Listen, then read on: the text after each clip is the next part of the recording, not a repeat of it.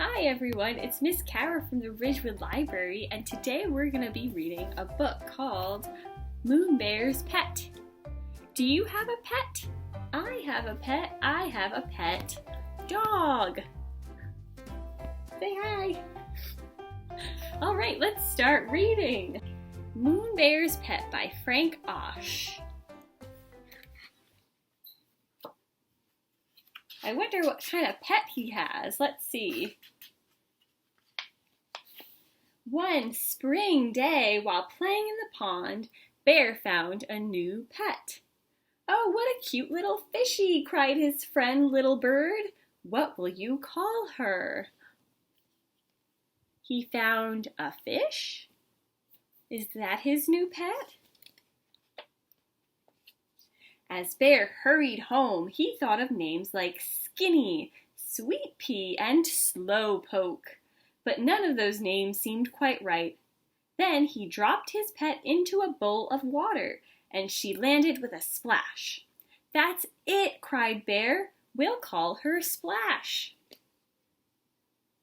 That's a good name.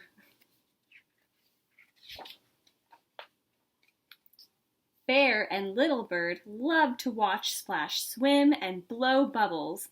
They put Splash on the floor while they played and on the kitchen table while they ate.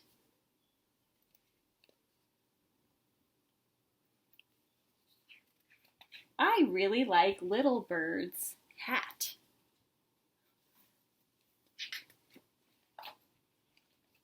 After lunch, they took Splash outside to watch while they worked in Bear's garden. They even took Splash shopping. They're going grocery shopping together.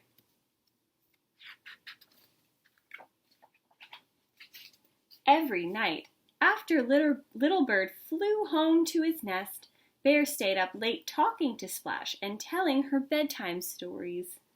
Every morning, Little Bird brought Splash a present: an acorn, a seashell, a pretty pebble, or a pink button.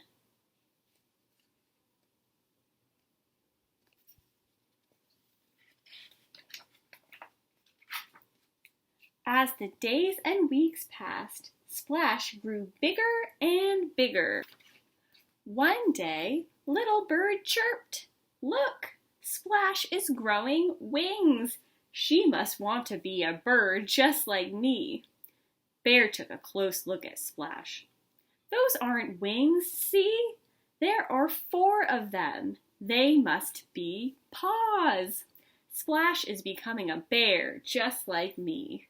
What do you think? Is Splash becoming a bird or a bear or something else? Let's see." "Why would anyone want to be a clumsy old bear when they could be a beautiful bird?" chirped Little Bird. "Indeed," exclaimed Bear. "Why would anyone want to be a chirpy sack of feathers when they could be a big, strong bear?" "Well, I guess we'll just have to let Splash decide for herself," huffed Little Bird. "They're not being very nice to each other, are they?" "That's just fine with me," Bear huffed back.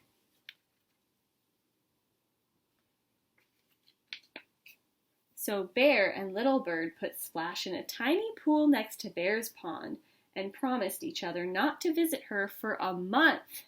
"And don't visit me either," said Bear. "I wouldn't dream of it," snapped Little Bird. Oh no.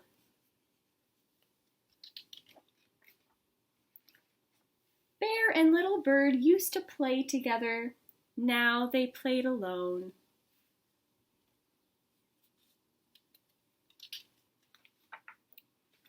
At the end of the month, Bear and Little Bird met at Splash's pool.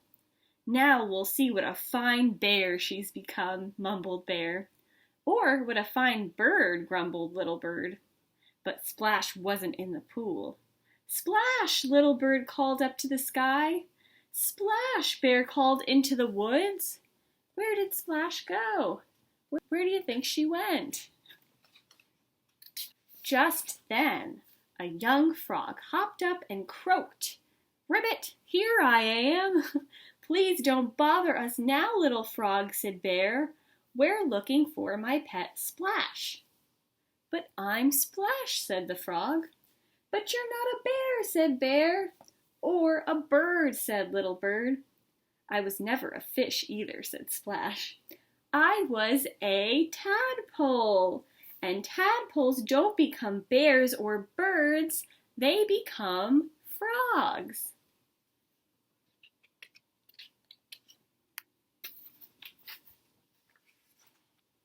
Bear was so surprised. All he could say was, "But wouldn't you rather be a bear?" "I'd rather be a frog," said Splash.